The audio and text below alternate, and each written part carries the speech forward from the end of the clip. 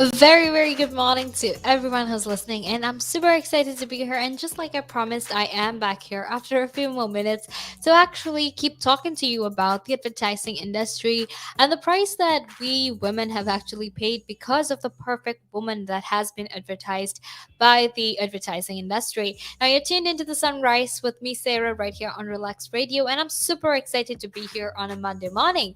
Well, this is the second hour of my show, and I have a lot of interesting and fun content for you. So make sure you stay tuned because like I said, I have a lot of fun things coming your way, right? Um, if you want to be a part of this conversation, if you have any thoughts, any ideas, any opinions that you want to share with us, well, make sure you text me on 07852473473 because we have a lot of things to talk about. There's a lot of opinions that I want to hear as well, especially because Relax Radio is all about you. It's about it being interactive. It's about knowing your perspective, knowing your perception, knowing your opinion on everything that we talk about. Okay, so like I said, I'm super excited to be here to talk to you about everything and anything, from science to technology to health to entertainment, gossip, whatever it is, we have it all here, right here on Relax Radio. So make sure you follow us on our socials, which is Facebook, Instagram, Twitter, and TikTok, to make sure you know everything about what we're doing, everything about what we're talking as well. Make sure you do that because it is going to definitely help you because it'll help you stay updated. It will help you be informed about everything that's happening right here in the United Kingdom, but also around the world as well. And while you're at it, make sure you download our app from the Google app, the Google Play Store, and the Apple App Store as well. So you can have our app on your Apple iOS device and your Android device, and that way you can connect. You can be a part of our shows anytime you want. Okay. So make sure you do that because it will be my absolute pleasure to have you on this show, and also to make sure I get to know your thoughts and opinions on everything we're talking about. Okay, but let's get into it.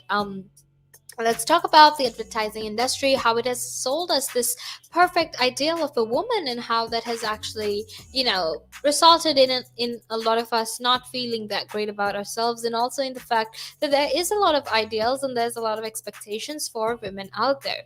Okay, now, like I said, the advertising industry makes a lot of profit based on these ideas of perfection and beauty, because that's what advertising is about. It's about being perfect, it's about being convenient, it's about being beautiful.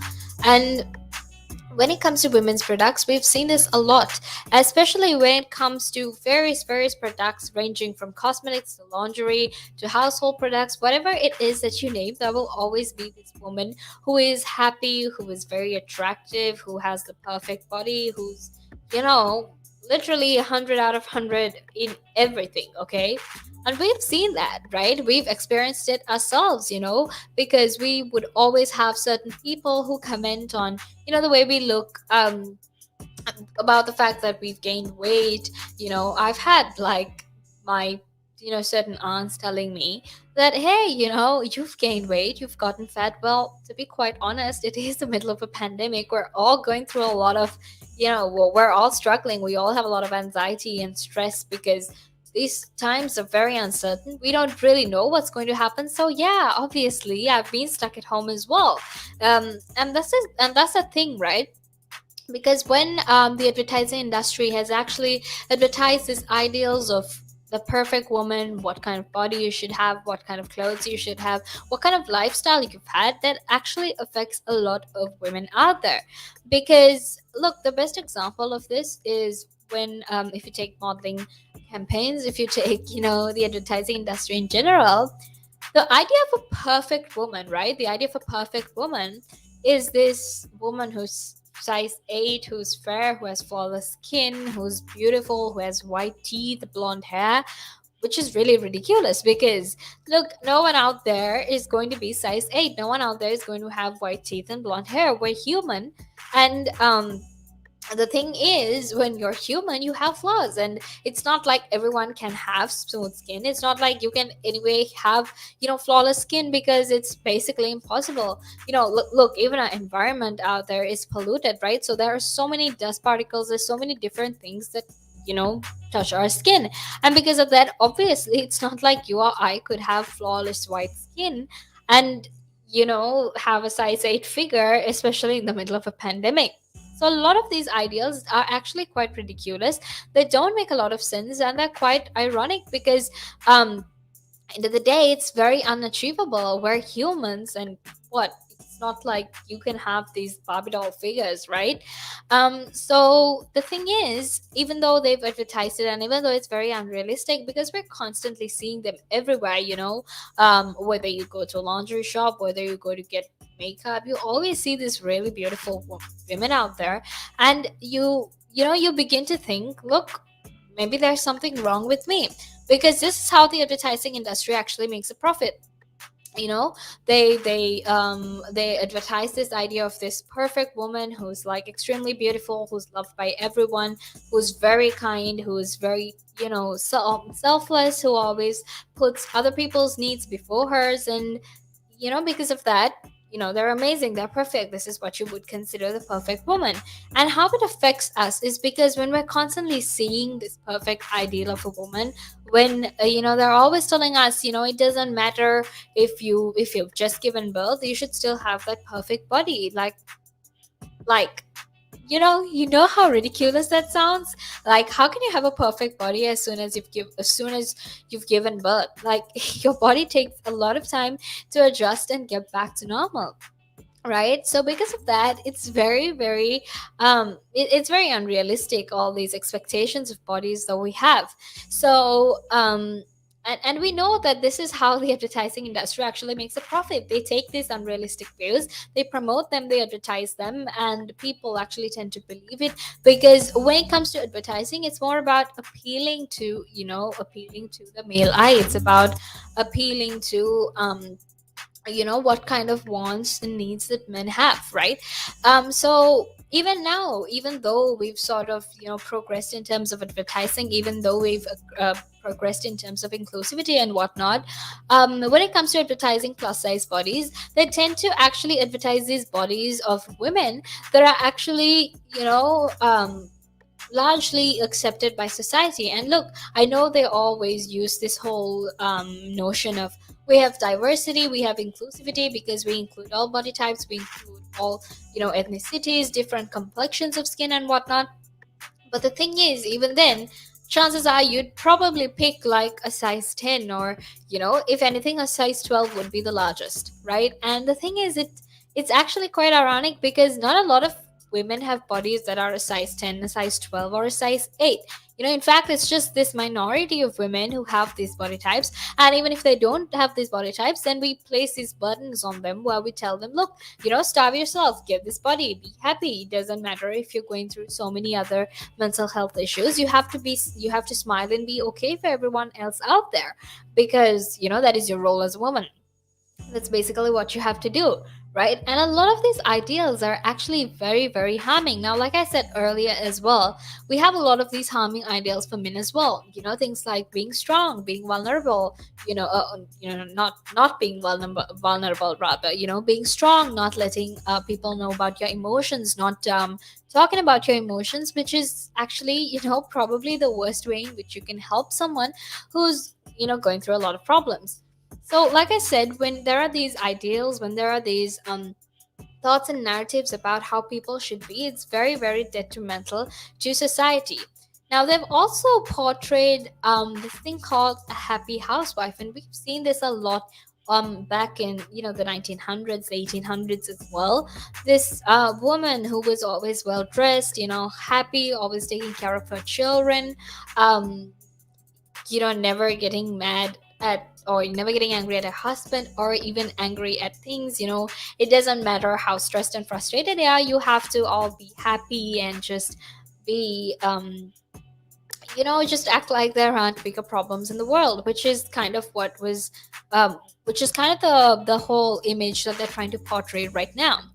And for decades, marketing actually left women feeling like they must live up to these punishing ideals. And to be honest, they still do, right? How many of us actually feel like we need to live up to these ideals of all these women that are marketed? We need to live up to these ideals of not having any, negative emotions, always being happy, always, pretending like we don't have other problems. And The best way I can actually put this into words is when Billie Eilish actually appeared on the cover of Vogue's June issue, where she was wearing a corset and this magnificent set of platinum blonde curls. Um, a lot of people were actually shocked by by what she was wearing. They were going on social media, and they were very, very unforgiving because they were calling her out. They were saying a lot of really rude, mean things to her, and they were just saying, oh, look, like, what happened to you, why you like showing off your body and whatnot, right?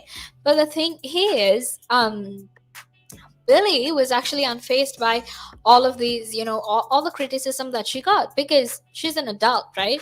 She has every right to dress as she prefers, and at that moment, she just wanted to wear a corset. So, she was basically, in effect, claiming her womanhood. She was claiming her adulthood and her right to present herself in any way that makes her feel good. She was growing up, and she wasn't giving in. So when women finally make these decisions for themselves, when women finally decide, hey, I'm not going to stick to these ideals of what beauty should be, when I'm not going to stick to these ideals of how I should dress and what kind of mood I should have, whether I should be always happy and act like I have no emotions at all and I should always be selfless. Women nowadays actually sort of say, look, I don't have to live up to all these ideals. I don't have to do everything that is expected of me. I'm my own person. I can live up to whatever I want.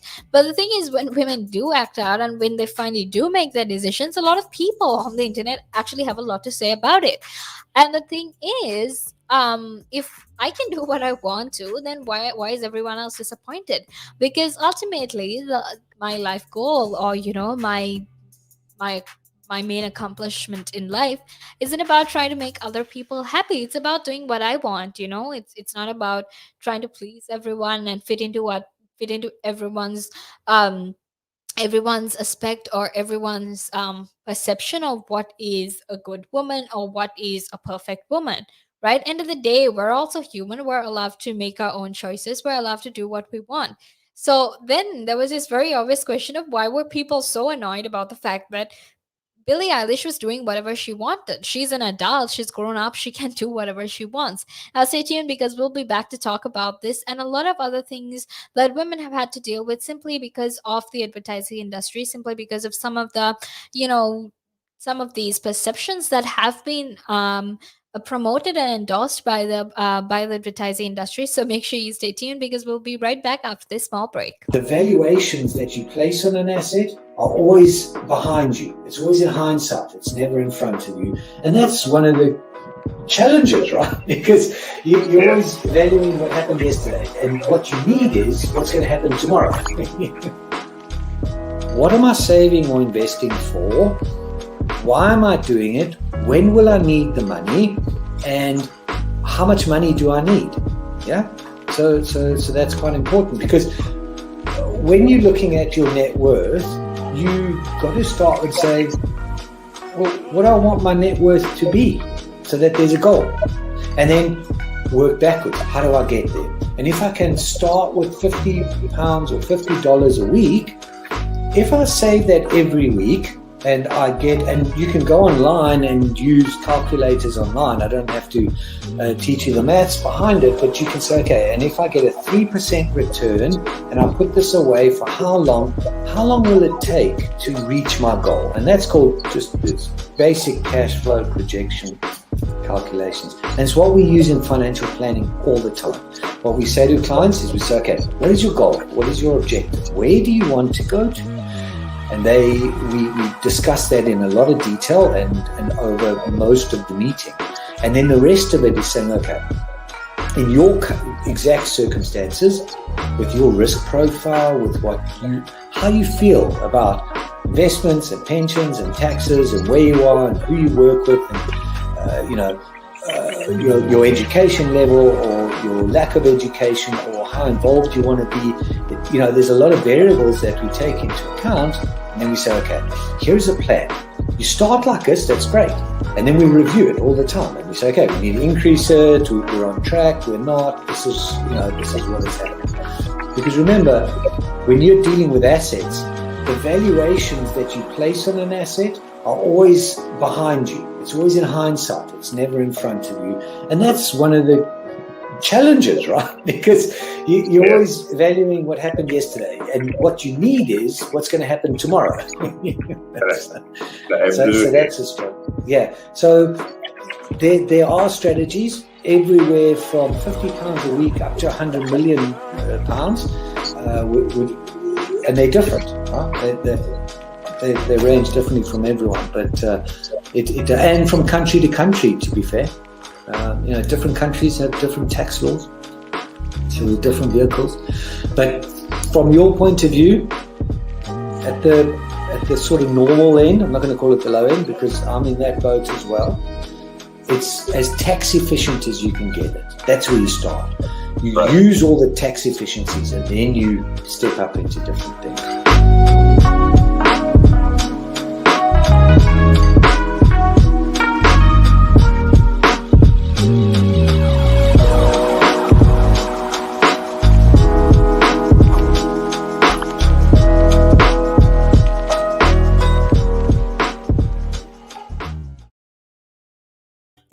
Hey, welcome to the show again. It is your girl Sarah right here on the Sunrise. Now I'm super excited to be here, and a very very good morning to you. We had Timothy Alice who just texted in and said good morning. Well, a very good morning to you as well. Super excited that you're here, and super excited that you're listening in as well.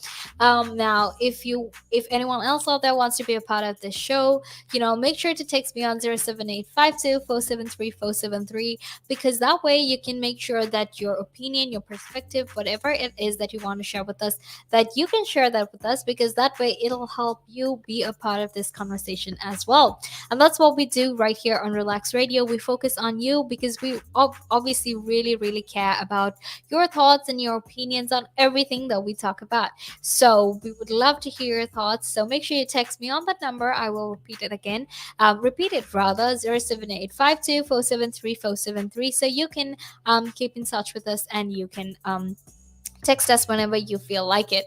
Okay, so like I said, super excited to be here. And earlier we were just talking about how the advertising industry has sold us this ideal of a perfect woman, and how it has actually affected a lot of the women rather, that are presently living in, that are presently there, who look at these brands, who go to shops and see all these perfect ideals of women, and how it actually affects all of them. Right now, if you want to share your thoughts with us on this matter as well, you can go follow us on our social media, text us on our social media as well, because we will respond, and we would love to hear from you as well. So make sure you go follow us on Facebook, Instagram, Twitter, and TikTok, because it would definitely mean that you get informed and you get educated, but it also means that you can share your opinion with me as well. So let's talk about why it's so hard for women to live up to these ideals. So obviously, we've heard a lot of women actually tell us how hard it is to conform to what they feel are punishing ideals, and let's be honest, it is quite punishing, right? Especially, look, if you have so many other things going on in your life, look, if you have a family, if you're suffering from some form of mental illness, if you have other issues that you don't want to talk about, that not a lot of people know about, well, then when these ideals, or when these expectations of you are projected into society, when people say, look, for you to be the perfect mother, or for you to be the perfect woman, you have to be this way, it can actually be very pressurizing. It can be very punishing for a lot of us, right?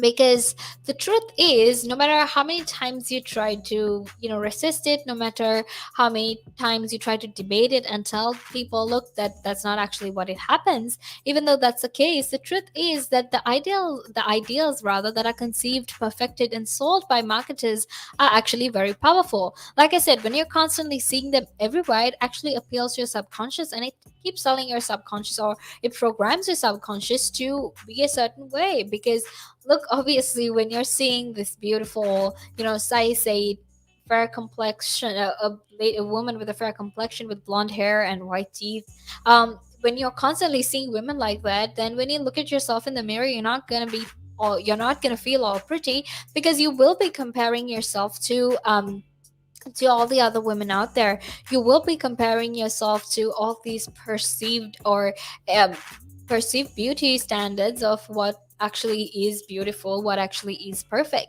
And researchers have actually found these mental tick lists of should be's in advertising companies, which are usually things like, being thin, being kind, being pretty, being, the perfect size, being curvaceous, things like that, right? Because obviously, when you're advertising, you always have this tick list, right? Okay, the woman we're gonna have in our advertisement should actually be a certain height. She should be, she should have a certain figure. She should be have a certain smile. There are different tick lists like that, right? And sometimes at the beginning, it's very, very easy for us to resist it because we're telling ourselves, look, this is not realistic. This is not true. Nobody can actually achieve this. But after a while, no matter how many times you tell yourself, after a while, when you're constantly seeing it, then it actually starts affecting you because, like I said, it starts programming your mind to think a certain way and think, look, there's something wrong with you. You're not you're not what all these beautiful women in advertisements look like, so there's something wrong with you, right? And look, women, obviously, like I said, we resist, and then we've also failed to overcome the influence of these brands that tell us, that we're too wrinkly, or that our hair is too dry, that our parenting is too lax, or that certain parts of our bodies actually lack plumpness, right? Look, there's a reason why so many women go and get plastic surgery. There's a reason why so many women feel like plastic surgery will actually help them achieve these ideals of perfection that is set out for them by society.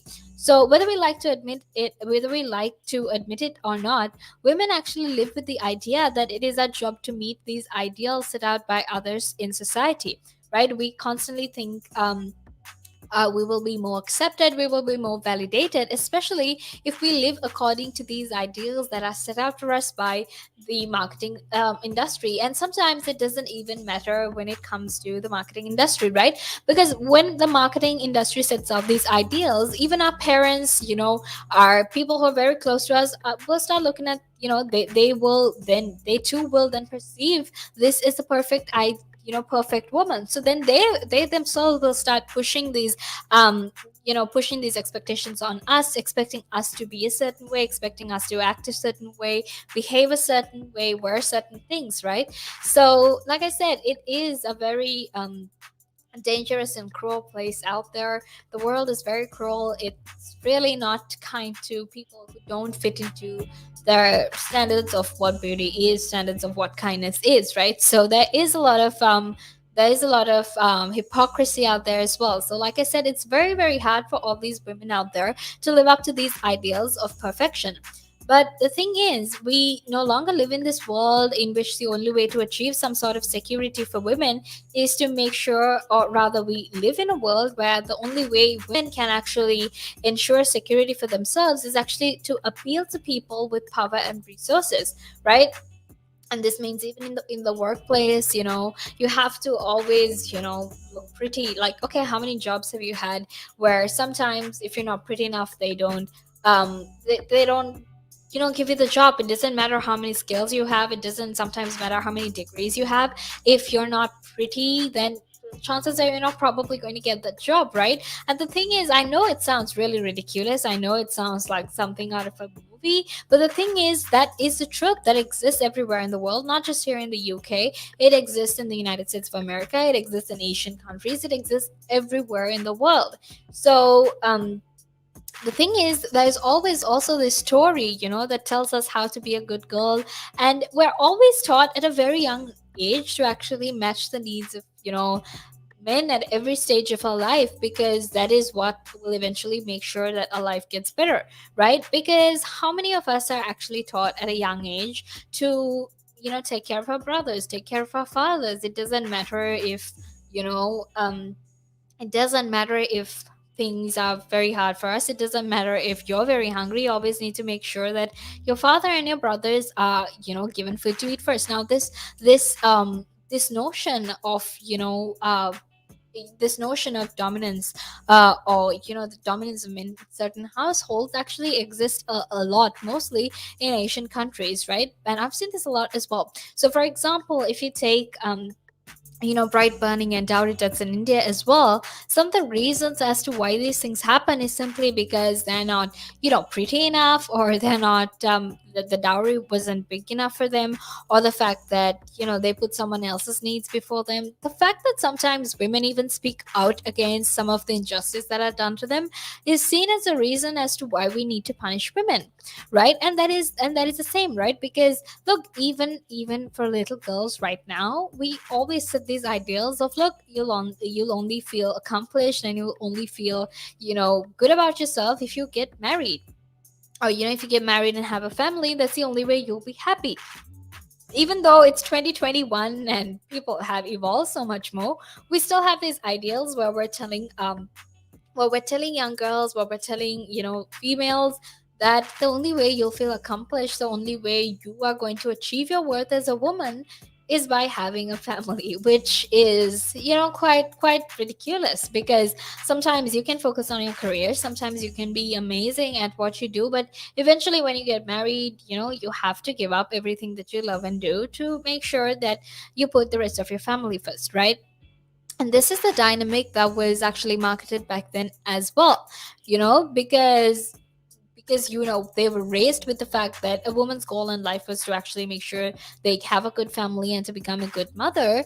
Little girls are actually taught that being a good girl means being gentle, being soft-hearted, being meek and emotional, and the caring qualities that will stand them in good stead. And that these are the caring qualities, or only these sort of caring qualities will actually make them stand in good stead when it comes to bearing children and having a family. So the Fawcett Society actually revealed in a recent report that by the age of 6, girls avoid subjects requiring them to be really, really smart. Subjects like science and maths. And it just sounds like this just sounds like sounds like something very unrealistic, because you wouldn't think in 2021, with all this development, especially because women are actually getting more opportunities that they used to. So many more avenues and paths have opened up for them, that they have a lot more freedom that they used to. You wouldn't still think that these ideals would be punishing, that these ideals would be restraining for a lot of women in society. But the truth is, it actually is, because even though all these ideals, even though we've given women so many opportunities, even though we've helped them progress, these ideals have actually been a part of society for the longest time ever. It's almost like these ideals of how men should be. Men should be strong, men shouldn't be weak, men shouldn't ever talk about their emotions. So those ideals they still exist, right? And because they exist, it's very, very hard to break away from them. Because look, how many times have you heard, like, oh, you're too fat, or oh, you need to dress a certain way, you need to act a certain way to make sure you get a good job, which is actually really, really ridiculous, like I said. Now, anyway, like I was saying, going back to the Fawcett Society, they actually revealed in a recent report that girls, by the age of 6, decided that they wanted to avoid subjects that required them to be really, really smart, things like science and maths. And then and then, like I said, when at a very young age, girls are actually told that looking attractive matters more than being intelligent or whatnot. Because look, we've all heard that ideal of how if a woman was too smart, it would be intimidating for her husband or her partner. And because of that, women just really needed to make sure they weren't smart enough, which is like, what kind of notion is that? You know what I mean? Because that's the kind of thought that anyone would have. Like, why would you stop someone from learning simply because it could intimidate someone else? Because ultimately, the fact that I know there are some people out there who are really smart is the reason we've all evolved, right? And we need to understand that we need people from both genders being open. We need people from both genders being intelligent, and not really, abiding by these ideals that are set out for them, to make sure that our world progresses, right? And this same research report actually showed that third of 7 to 10 year olds believe their appearance is the thing that matters most about them. So basically, a third of the entire amount of 7 to 10 year olds believe that it's very, very important that they have a good appearance. And apparently this focus on appearance also continues into early adulthood, because in the UK, our own data shows that women aged 18 to 24 believe that their most defining characteristic is intelligence, but that at the same time they believe society sees their most defining characteristic as their appearance. So it doesn't matter if you believe you're intelligent, but what society will want to see of you is your beauty, is, the fact that you stay quiet and you always put other people's needs before yourselves. you know and the thing is, when this happens, they think that then these good girls get an opportunity to be perfect moms, because that is basically the zenith of female achievement. And then in turn, these perfect moms show their girls or their girl children to be good, and so it goes on and on and on. So it's basically this vicious cycle that perpetuates the fact that women should live up to these certain beauty ideals, that they should achieve these certain societal expectations, just to make sure that they're likable, accepted, validated, and valued by society. So that's a lot of things that we need to talk about. So make sure you stay tuned to the conversation, because I still have so much more to talk about you with. So make sure you stay tuned. But right now, we'll head into a small break. Now, there's a lot of conversation around who pays more taxes, if it is the rich or if it is the poor, right? But when you are basically going out and during a day, you go to a restaurant, you have to pay taxes there. If you buy a car, you have to pay taxes there. So why is it even a conversation that, the rich pay less taxes or the poor pay more taxes? Why is it a conversation like that? Because it's true, the rich generally pay less tax. A rich person walks into a Tesco's or a Sainsbury's, they're not going to get a different bill than another person, right? They're still going to pay the same VAT on those goods, they're still going to pay the same thing. So that's all the same. However, the differences come in if you can pay yourself from your own company, you can structure it in a way that you pay less income tax through paying a bit of salary, paying dividends and so forth, and then also deferring income. Also, your pension payments or contributions can be different. So that increases your tax sort of gap, if that, if you want to use it that way. Where a PAYE person just gets paid salary and bonus. And now those are the most highly taxed sources of income in the UK, definitely, in the UK. We've seen it, right? If an owner of a large public traded company does something wrong, irrelevant of what that company does or how valuable that company is, the stock generally falls into a pool of nothing, right? Because in a public company where the stock is traded openly on the stock exchange, the value of that stock is driven by supply and demand, it's driven by emotion, it's driven by news, it's driven by quite a lot of variables over and above the actual accounting or total net worth of that company. I mean, we've seen it, right? If an owner of a large public traded company does something wrong, irrelevant of what that company does or how valuable that company is, the stock generally falls into a pool of nothing, right? And the company may still have value, it may still be doing quite a good thing.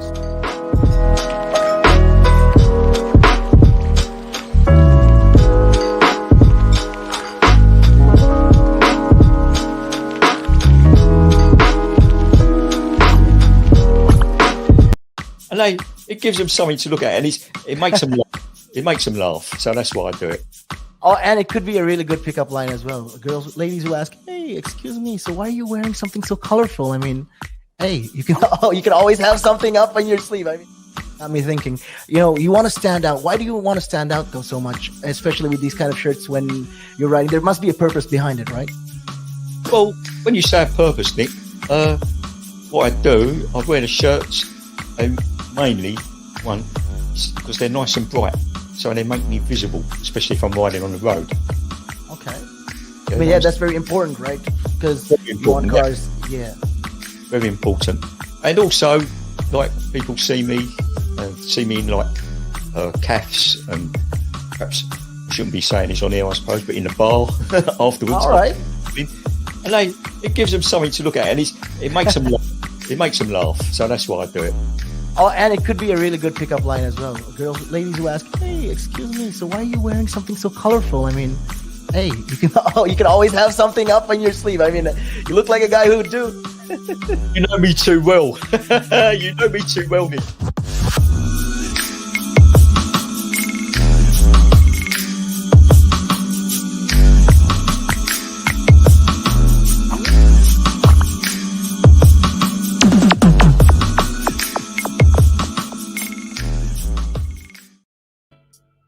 Hello, welcome back to the show. It is your girl Sarah right here on the Sunrise, and you're tuned into Relax Radio, where we have everything happening all over the world. Everything basically from science to technology to entertainment to economy. We talk about everything right here on Relax Radio. So make sure you stay tuned because we have a lot of fun and interesting content coming your way. Now, while you're at it, make sure you also follow us on our socials, which is Facebook, Instagram, Twitter, and TikTok, because it will help you stay up to date. It will always notify you when we're going live, when we have special events, and when we have special things. So make sure you stay tuned for that as well. And make sure to download our app on the Apple App Store or even Google Play Store, because that way you can always be a part of this conversation. You can always join our conversation, because we always love it when you are a part of this conversation, because Relax Radio is all about you. It's all about these different it's about your opinion, it's about your thoughts, so make sure you stay tuned. But let's get into the conversation we were having a little while back, which is basically about marketing and how advertising has sold us this ideal of a perfect woman, what kind of woman is perfect, and how that has actually had a huge detrimental effect on women in society back then, and even now as well. So that's what we'll be talking about. So if you have any thoughts, opinions, questions that you want to share with us, make sure you text me on 078 because that way you can be a part of the show as well. But let's get into the conversation, right? So modern marketing was initially populated, and it was led almost entirely by men, and they took these imperatives of perfect woman, the perfect woman, what kind of women are perfect, and they ran with them because it was good strategy, right?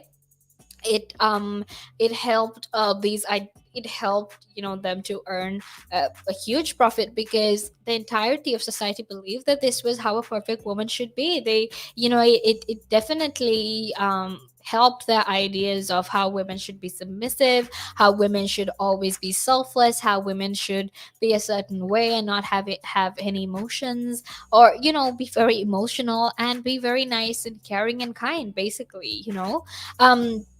So because of that, it was very good strategy for them. It was very profitable for them as well, because it was very easy to influence society at that point of time, because women didn't really have the freedom at that point of time to necessarily object, because like I said, we all know that it took some time for women to get voting rights. It took some time for women to be given equal opportunities, to be considered as important as men.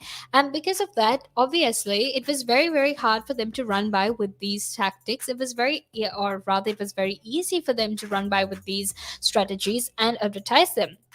And ever since the 1950s, there have been ubiquitous images of smiling housewives, and marketing has honed the particular ideals, crystallized them, painted and decorated them, and then sold those pictures of perfection to women. So it's pretty easy to see how this process works. It's very, very easy to see how this process works, and we all understand how this process works as well, right? And because perfection rather is unachievable by mere human women, they stimulated a bottomless pit of appetite for products, right? Which is why makeup started becoming more and more important. This is why toys based on colors were created. Children would have pink toys, boy children would have blue toys, and from a young age itself they would always teach girls, this is how you should be. Your ultimate goal in life is to get married and have a family. And even the fact that from a young age they were taught to They were taught to, care about their appearance. Now, the best example I can think of this is actually in Anne of Green Gables, right? We've all read that book. That's an absolute classic, and I absolutely love that story. You know how much Anne is very, very worried about her appearance, right? I'm not too sure if it's Josie, but I think it is, or Ruby. I'm not too sure. I tend to get confused between the two, but one of them actually focus a lot on their looks. Her mother tends to, put her hair in and ribbons to make sure it's always curled. And we know that that Anne had a lot of qualms about how she would look when she grew up, especially since she had red hair. So because young children, young girl children, are actually taught about how they would look, are told to care more about their appearance and not necessarily about what they achieve in life. It has always been like that for all women. So going back to these perfect ideals that were marketed, girls could select from toys only in soft pastel and gentle colors, and they received dolls to look after and make up, preparing them for basically this life of caring, kindness, and financial dependence. And um, and, and when it came to young women, they were actually advised by brands to be slimmer, to have softer skin, to have whiter skin, to have shinier, blonder hair, and the straightest teeth, right? And this was all in their service of marital ambition. This was all for them to be in the marriage market. You know, and they were given these shampoos and body lotions in the same pinks and pastels of their childhood toys as well. And moms were shown how to bring up a baby, always smiling, always kindly, obviously never ever tearing their hair out of the sheer frustration, and always putting everyone else's needs before their, and never wondering in and we always never wondered in advertising whether that was right, because all these advertisements was always about the mother always taking care of the children, the mother always taking care of the family, and the father was like absolutely nowhere in sight. So that is what advertising was for women. That is how it was for women. But let's talk about women on the other side of motherhood. To say it quietly, it's basically older women, right? And even now, when it comes to older women, you don't really see a lot of them in advertisements. You don't see a lot of them because they simply do not exist according to these ideals by society, according to these according to these perceptions, to these narratives in society. They simply don't exist. Because they don't exist, because you know you don't really focus on all these older women because they're not really supposed to exist, because women are always supposed to be youthful. That is why there's a lot of anti-aging products. That is why a lot of beauty companies actually focus on anti-aging products, because they want to completely act like women don't age, which is a very normal thing. It's a very human thing, right? We all age. It's a part of life. But the thing is, even when it comes to older women, they were helped, or they were advised to remain as youthful as possible in all these campaigns, because they were focusing on products that helped in anti aging. But they were never actually pictured, right? Even if it was, even if they were trying to promote this whole anti-aging thing, even if they were trying to promote youthful appearances, then chances were they probably got a woman who was young, that didn't look too old, and then used her to promote anti-aging products, because they would never ever use older women in marketing.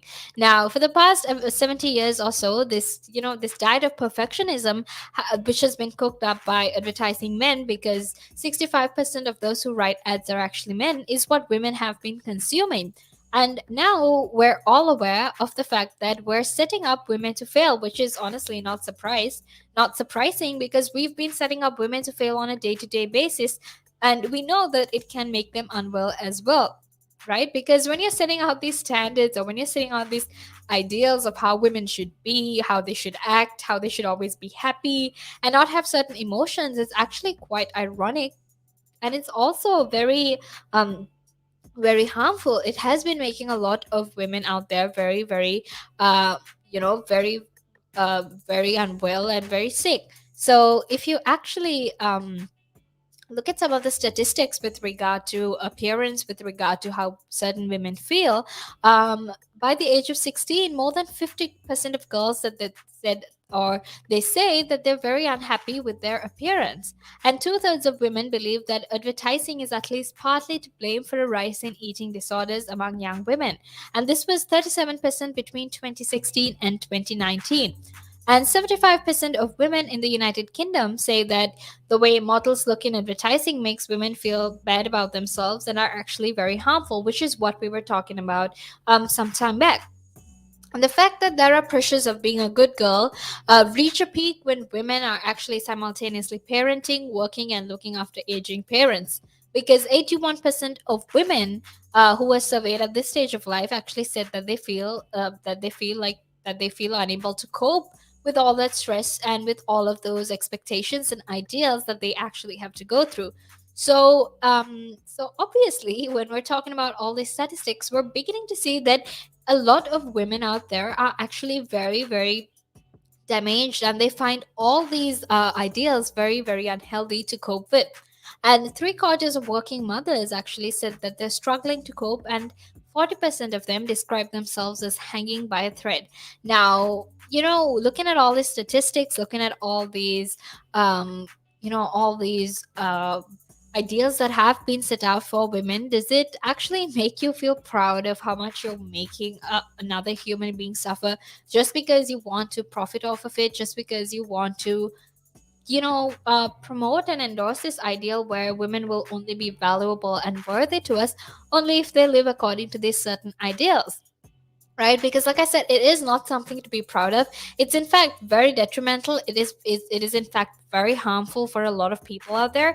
So because of that, we really need to start addressing these concerns. We really need to start addressing these narratives, and we really need to make sure we start changing them, and we definitely hire more women as well to write ads that are so much more friendly for women, and that doesn't make women feel like they have to live up to these ridiculous expectations of how they should be.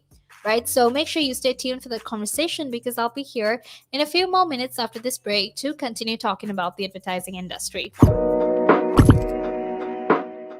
Now, there's a lot of conversation around who pays more taxes, if it is the rich or if it is the poor, right? When you are basically going out and during a day, if you go to a restaurant, you have to pay taxes there. If you buy a car, you have to pay taxes there. So why is it even a conversation that, the rich pay less taxes or the poor pay more taxes? Why is it a conversation like that?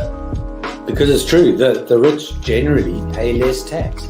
A rich person walks into a Tesco's or a Sainsbury's, they're not going to get a different bill than another person, right? They're still going to pay the same VAT on those goods, they're still going to pay the same thing. So that's all the same. However, the differences come in if you can pay yourself from your own company, you can structure it in a way that you pay less income tax through paying a bit of salary, paying dividends and so forth, and then also deferring income. Also, your pension payments or contributions can be different. So that increases your tax sort of gap, if you want to use it that way. Where a PAYE person just gets paid salary and bonus. And now those are the most highly taxed sources of income in the UK, definitely, in the UK. We've seen it, right? If an owner of a large public traded company does something wrong, irrelevant of what that company does or how valuable that company is, the stock generally falls into a pool of nothing, right? Because in a public company where the stock is traded openly on the stock exchange, the value of that stock is driven by supply and demand, it's driven by emotion, it's driven by news, it's driven by quite a lot of variables over and above the actual accounting or total net worth of that company. I mean, we've seen it, right? If an owner of a large public traded company does something wrong, irrelevant of what that company does or how valuable that company is, the stock generally falls into a pool of nothing, right? And the company may still have value and they still be doing quite a good things.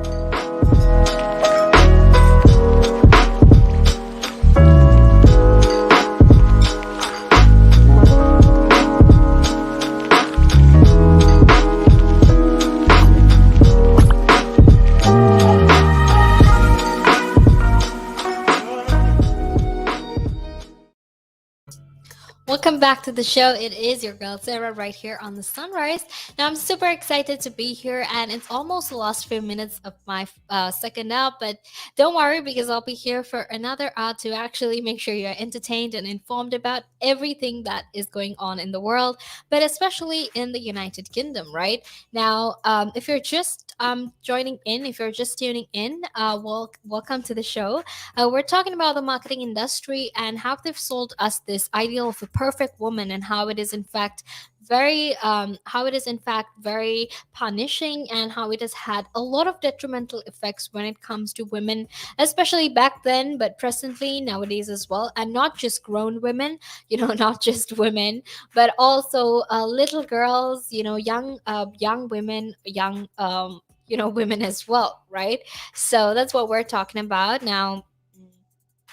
Earlier we were just talking about how these notions have actually existed for a long time, and how we've always encouraged women to actually look at themselves in a way which is very detrimental for them, and expected them to always be happy, and expected them to always make sure that nothing is wrong with their lives, which is a very, very detrimental and harming expectation, harming narrative that we have endorsed and promoted within society. So let's talk about the present system right now. Let's talk about modern marketing, and let's talk about how they've addressed the issue and whether it has actually really helped, right?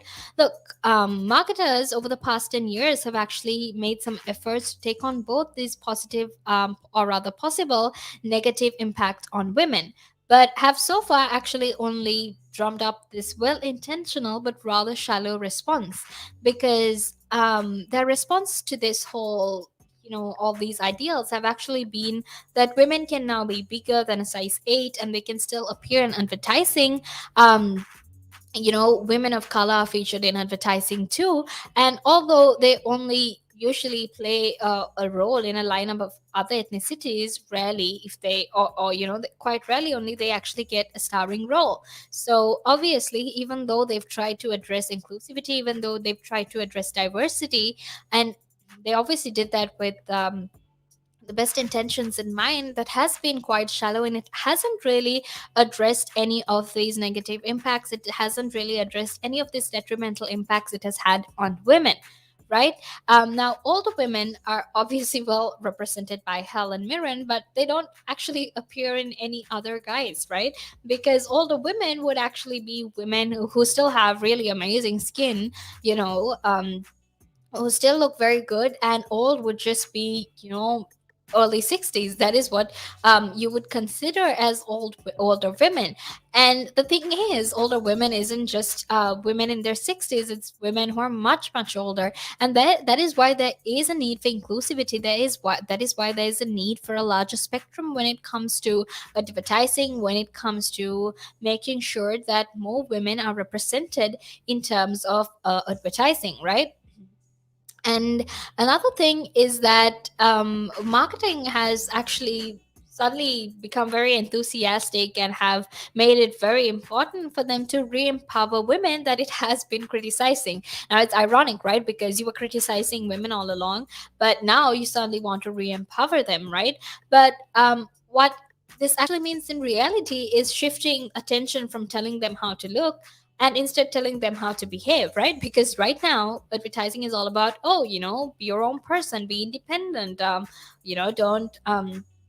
don't get married. But the thing is, as much as you're trying to address some of these ideals, it can be actually very detrimental again, because there might be some women out there who actually want to get married and have a family, but there are some women out there who don't want to get married and have a family as well. So when you're asking them to behave a certain way, but not really giving them the choice to behave in any way they want, then that itself is actually very detrimental as well, right? um like I said, do what you love, break free from societal standards, be independent. Now, those are things that is currently happening right now, because it's dreadfully actually named as empowerment, female empowerment. But the thing is, what advertising industries are trying to promote as female empowerment is not actually what female empowerment is all about. It's actually just another perfectionist stick that they can beat women, that they can beat women with, right? Something, another stick actually that they're using to hold women up to certain standards, right? Because where once women have had to be thin, now they have to be strong. Where women's once had to be beautiful, now they have to be brave. And basically they're told, women are asked to dream big. And it's almost as if they're saying that because we lack the imagination to dream. But rather, the fact of the matter is, we can't dream as much as they want us to, because there is a huge gender pay gap. It doesn't matter if I have the best innovative idea, it doesn't matter if I have the best invention that's going to save the rest of this planet.